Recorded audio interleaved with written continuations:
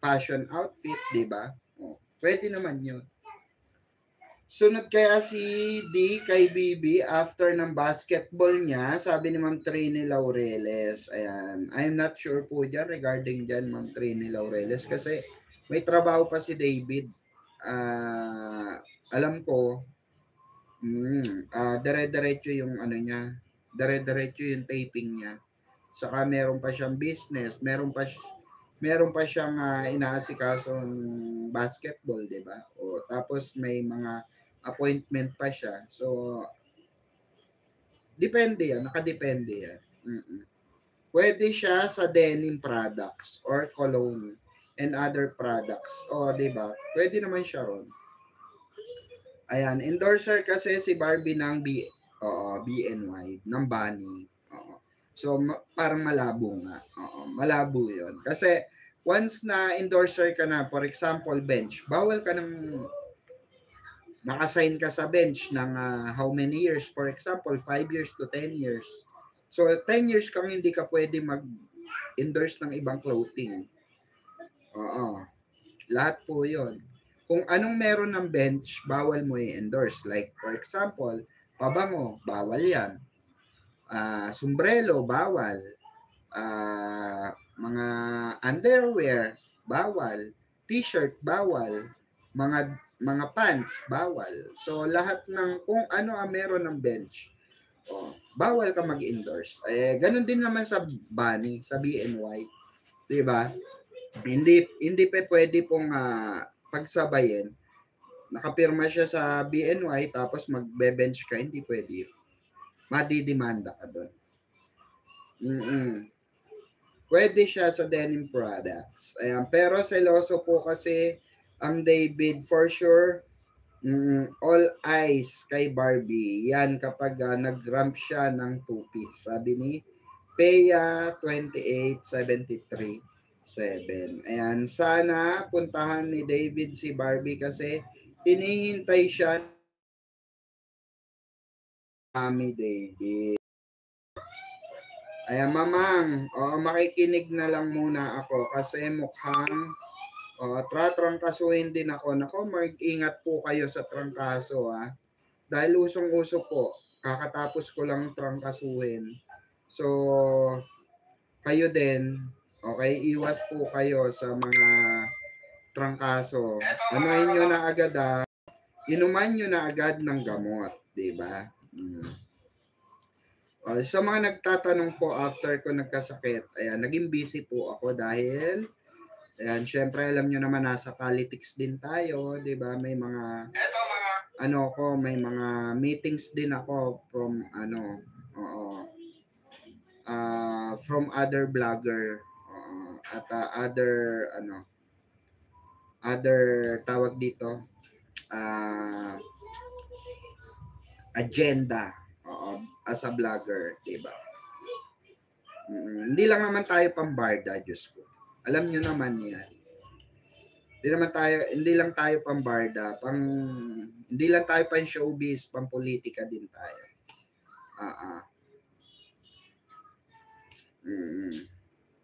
Mamang, makikinig na lang muna ako kasi mukhang tatrangkasuhin ako. Ayan. Sige po, Ma'am Catherine. Ayan, Beltran. Madam, ilan days bakasyon ni Barbie? Sabi ni Cheryl Baron. Ewan ko lang po. Alamin natin, Madam. Tanungin natin kung ilang yung bakasyon niya ron. Kasi wala naman akong access po sa personal na schedule ni Barbie sa ni David. Pero magtatanong po tayo kung ilang araw possible si Barbie ron. Pero I think hanggang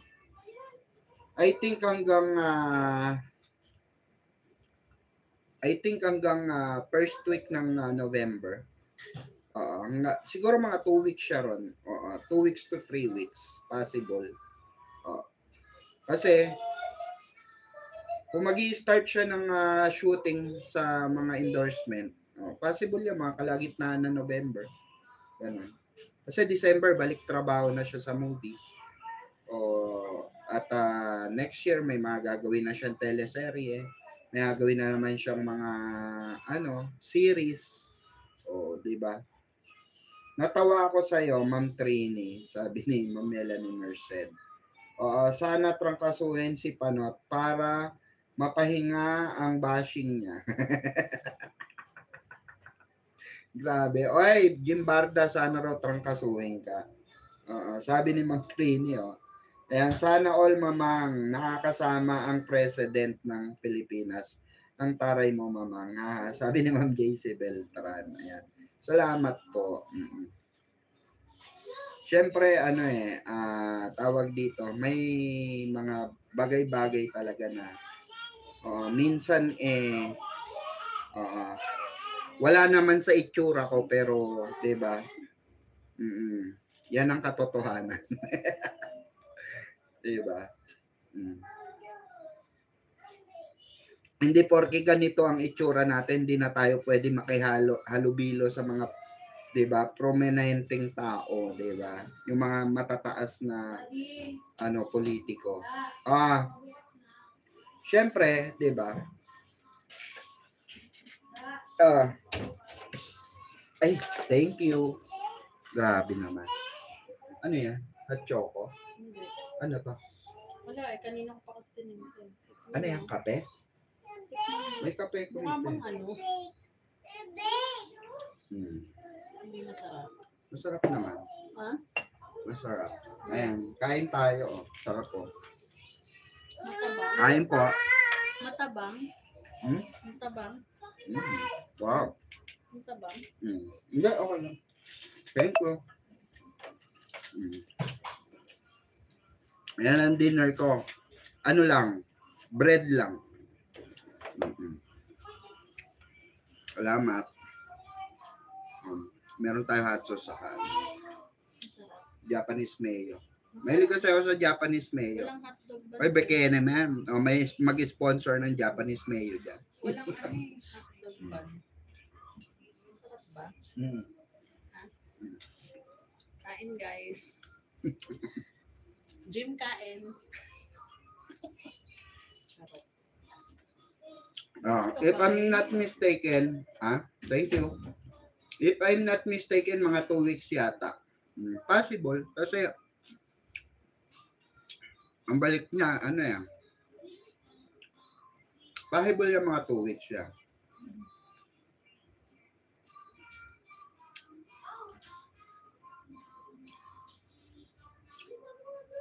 Ayan. Sweet naman ni Mrs. mo, madam. Syempre. Diba? Sweet talaga yan. Wala na siyang magagawa. Ako na asawa niya diba? Wala sa iba pa siya maging sweet, diba?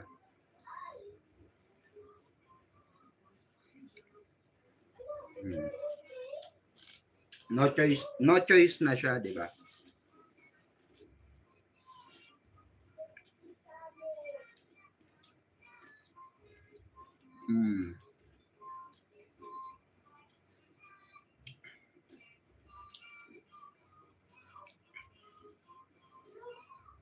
Ay, salamat po.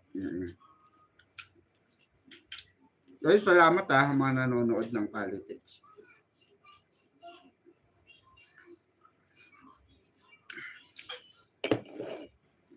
Ma'am Catherine Beltran, ano po yan? Mamang isang tanong na lang. Di ba nag-aaral si Barbie ngayon? Pwede ba siya mag-online class sa US? Opo, pwede naman. Pwede po. Kasi kung Zoom naman, via Zoom, pwede naman po. Kahit saang basta may internet ka, pwede naman po. Mamang parang pinupush ni Leo Ortiz ang showbiz. Depende, di ba? Ba gusto nilang gawa ng movie, tignan natin, di ba?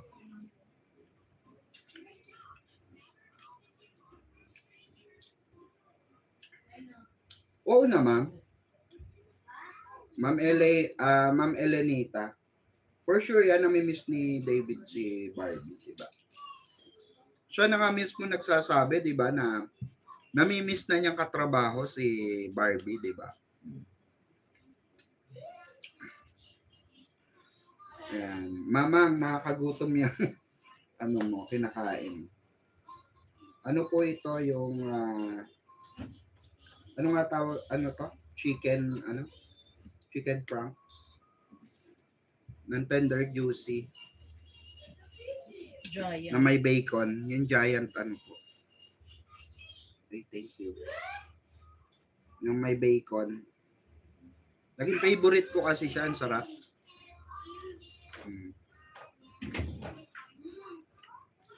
Salamat po. Kain tayo, ha. Mag-dinner na rin kayo.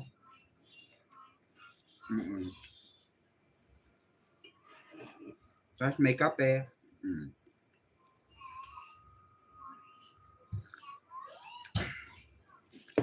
Actually, ito may ano ko. Actually, itong Barda kasi talaga, hindi sila exclusive love team. Alam nyo naman yun. Pero mahal sila. Matabang na. Mahal sila ng ano, mahal sila ng tawag dito, mahal sila ng GMA. Meron lang talagang mga ibang executive na, diba, ayaw sa kanila. Ayaw kay David. Alam rin naman ni David yun. Barda muna na movie and teleserye bago iba.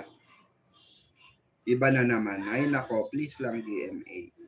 Wow, siguro panay ang tawagan nila ngayon. Sabi ni Ma'am Elenita, nagtatawagan naman sila. Mismo nang gagaling naman sa bibig nila yan. Na nag-uusap sila, di ba? Yung sa premiere night na nga lang ng P77, di ba? Sabi nila, nag-usap sila, di ba? Sabi sa akin ni David, sige na, may ano ka pa bukas, may P77 ka pa, di ba? Meaning to say, nag-chat-chat talaga sila.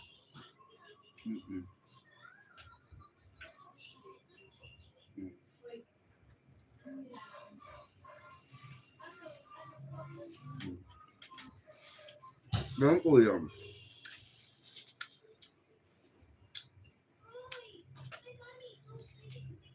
Reality, malakas talaga, Barda.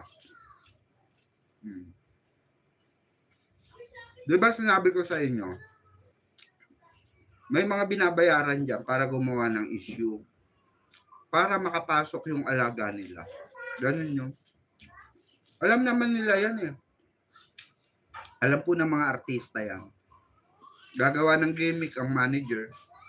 May babayaran mga tao, para gawa ng issue. Like yung ginawa nila kay David. Like yung ginawa nila kay Barbie. Ginawa nila na issue. Kunwari may jowa ni Barbie si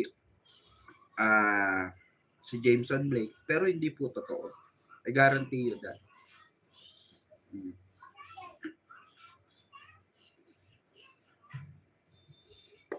Hindi po totoo.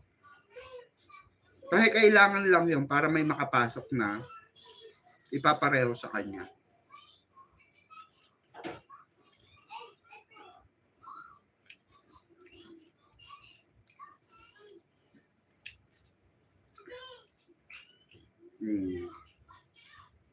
Hindi po tita. Hindi po tita eh.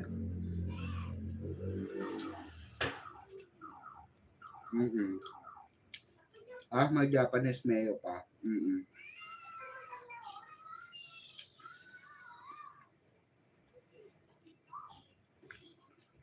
Meron talaga ako Japanese mayo.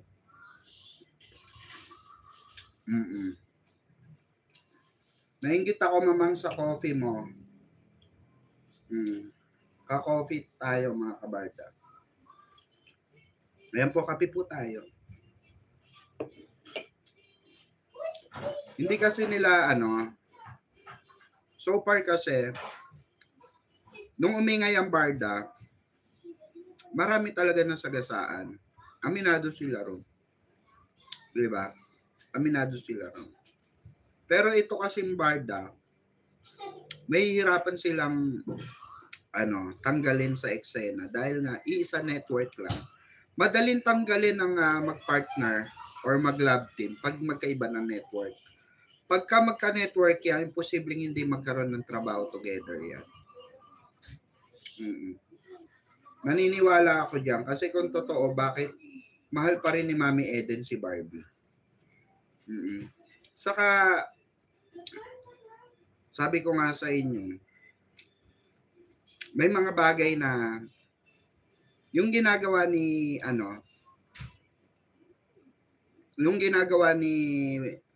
Jameson, may tendency na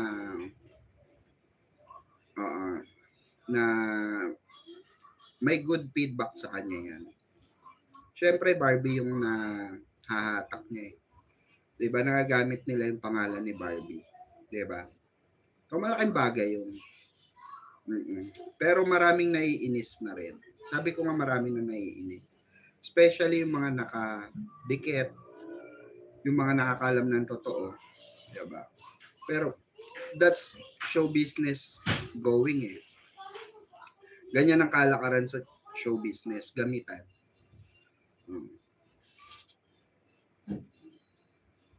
Kahit bad or good publicity pa rin yan. So, para sa kanila, hanggat magagamit nila si Barbie, gagamitin nila.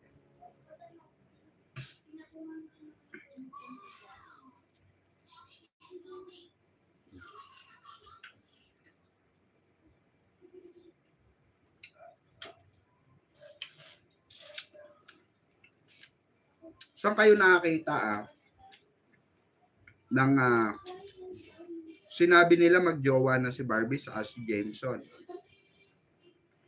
Pero walang confirmation si Jameson, walang confirmation si Barbie. Diba?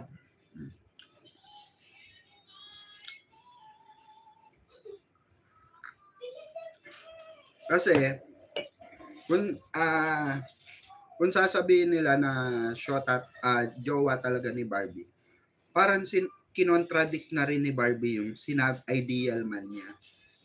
Diba? Parang kinontradict na rin niya.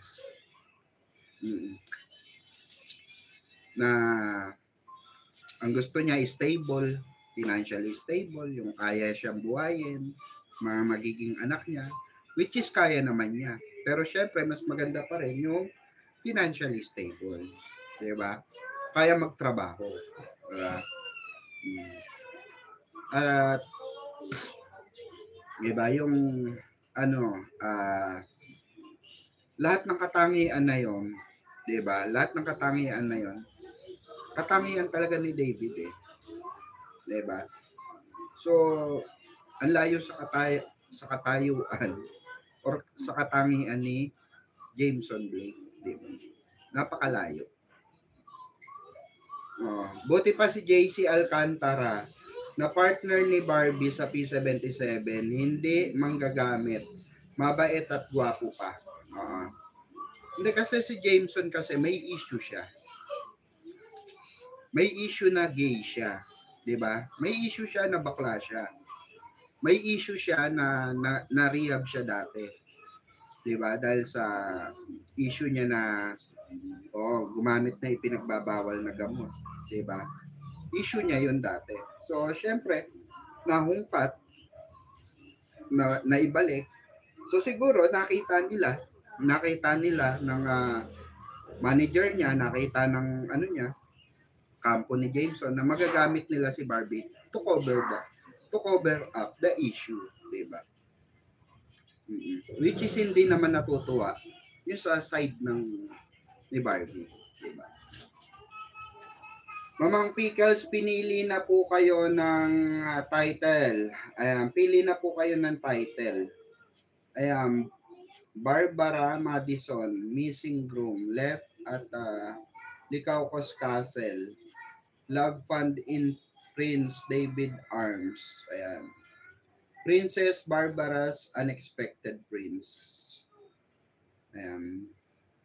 Ayan, kayo mga kabarda, pili daw kayo, sabi ni Ma'am Athena. Para sa kanyang next na isusulat. Ayan. Si Jameson kasi user, alam niya na sisikat siya pag na-connect siya kay Barbie. Oo, at utos din niya ng management niya. Utos din niya ng ano niya, manager niya. Kasi nga, siyempre kung saan papatok yung tao, papatok yung artista. Sabi ko nga sa inyo, kung hindi ako galing sa showbiz, hindi ko alam yung mga yan. Galing kasi ako sa showbiz, kaya alam ko kung paano tumatakbo ang show business industry. Diba? Nasa showbiz ako, kaya alam ko yun. Love Funds in Princess, ayan. Sabi ni Anthony, ayan.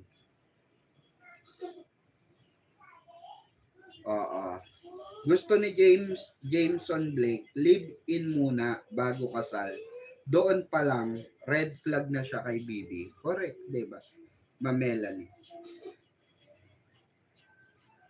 Ang pilot po ay engaged po si Barbie sa nakababatang kapatid ni Kuya David na si James, pero nung dumating po siya sa palasyo ng mapapangasawa niya ay nalaman niya pong wala ang kanyang groom. Nagsusulat kasi ng anthology yan si Ma'am Athena. Ayan. So, mag-ano kayo ng tawag dito. Magbigay din kayo ng sa kanya. 'Di ba? Princess Barda Unexpected Prince, sabi ni Rockwell. Naggumagawa kasi siyang anthology. Gawa lang ng gawa, Ma'am Athena, 'di ba?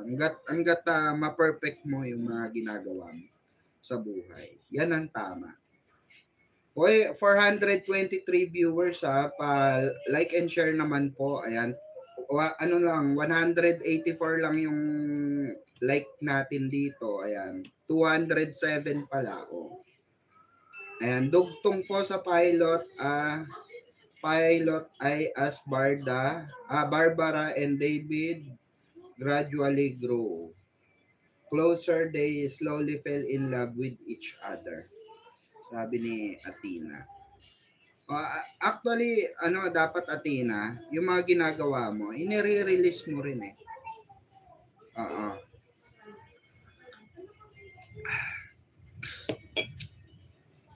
Diba? Doon po ako sa huli, Ma'am Athena. Ma'am Athena, doon daw si Ma'am Rose Cruz sa huli. Madami kasi ang napakilig na Barda. Kaya nahihirapan sila kung paano bubuwagin. Kung paano aalisin si David sa puder ni Barbie. Diba? Pansinin nyo, diba? Ang dami-daming gumawa pa sila ng issue na pinagalitan daw si Barbie ng network. Kasi sinama pa raw sa McDonald's. Unang-una, alam nila yun. Saka nakakita nun, na hindi nila alam yun. Alam nila yun, of course. Ayan. Sinusulat ko pa lang po siya at i-release pa lang next month. Sabi ni Ma'am Athena. Ayan. Congratulations and keep it up, Ma'am Athena. Ayan. Diba? Iyan yung mga natutulungan ng Barda, diba? Nai-inspire si Ma'am Athena, diba? Kakagawa ng anthology para sa Barda. Actually, maganda niyan, Ma'am Athena, ganito gawin mo. Gumawa ka ng libro, after mo siya gawing libro, mo siya, i-publish mo siya. Then, after mo siya i-publish, sa mga bookstore, okay? Kasi sa bookstore, consignment lang naman yan eh. Kung bebenta or hindi, walang problema. Diba? Tapos, magbigay ka ng copy sa Barda. Kay Barbie sa kay David. Para mas makilala yung libro mo. Diba? Regaluhan mo sila. Good PM, Madam Pickles. Na-miss namin kayo. Thumbs up dan, Madam. Ma'am Melly, shout out po. Ayun. Ayan, matibay na ang barda, wala na makakatibag sa fandom. Kaya nga, 'di ba? Kaya isa 'yan sa mga kinaiinisan ng mga ibang tawag dito. Yan ang kinaiinisan ng ibang artista, hindi sila makasingit sa project with Barbie. 'Di ba? Kasi nga nandiyan yung isang David Licauco. Pero kung makapagsalita ibang fans ni JB, parang si Barbie pa may gusto. At doon nga ako natawa doon sa kwento na sabi doon sa live ni Barda United. Sabi nung sino 'yon? Yung nagsalita ron. Ginamit daw ni Barbie si JB para pagselosin si David kasi nga raw hindi raw nanliligaw si David. 'Di ba? Yun yung kwento niya. Actually, nako, sa totoo lang napakalaking question mark kay Barbie noon. Unang-una, hindi niya kailangan gumamit ng tao para ligawan siya. Pangalawa, never ever gumamit ng tao si Barbie para magpaselos. Kasi si Barbie yung tipo na alam niya yung worth niya. Kung gusto siya, gusto siya. Kung ayaw siya, ayaw siya. Alam niya yung worth niya. Hindi niya kailangan yung ganun. Doon pa lang, sabi ko nga, doon pa lang gumagawa na sila ng kwento about Barbie and JB. Doon pa lang, gumagawa na sila ng sarili nilang istorya. Istorya nila yun eh. Hindi yun ang totoong istorya. Walang ganung kwento. Oo.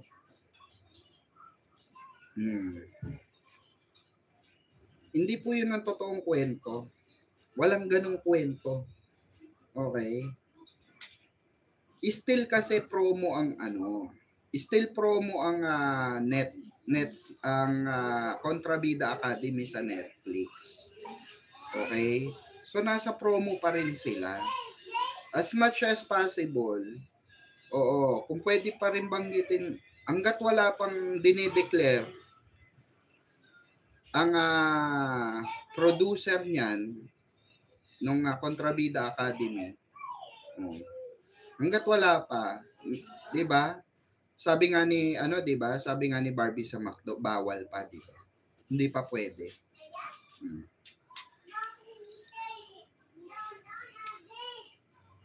Talaga lang si David nga ang nagparamdam kay Barbie, sabi ni Ma'am Trini. Doon pa lang mga kabarda, sabi ko nga sa inyo, halata ng sarili nilang kwento yun. Wala po kasi talagang ganung kwento. Walang ganung kwento. Hindi po. Hindi ata si Pau yun. Ewan ko kung si Pau yun. Ang malupit pa, mamang, si B pa daw ang asang-asa kay JB. Talaga. Wala pong ganon, Diyos ko. Alam nyo, yung mga ganyang kwento nila, tatawanan sila ni Barbie sa totoo lang. Kung meron man totoong namagitan, kung meron man totoong namagitan, 100% sure ako sa Barda. Pero yung Barson, wala namagitan sa kanilang dalawa. May kilala ako dyan sa production na gumawa ng Kontrabida. Alam ko. Kaya ko nga nalaman yung nila. Pati nga yung binayaran na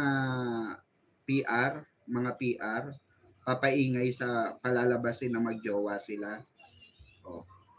Alam ko yung mga yan ba, yung mga nagsasalita sa TikTok, alam ba nila yun? Di nga nila alam yun. Diba? Gaano po ba katagal ang promo ng KA? Usually 1 month. Yan, 1 month. Pero nakadepende yan sa hanggat hindi pa nare-reach.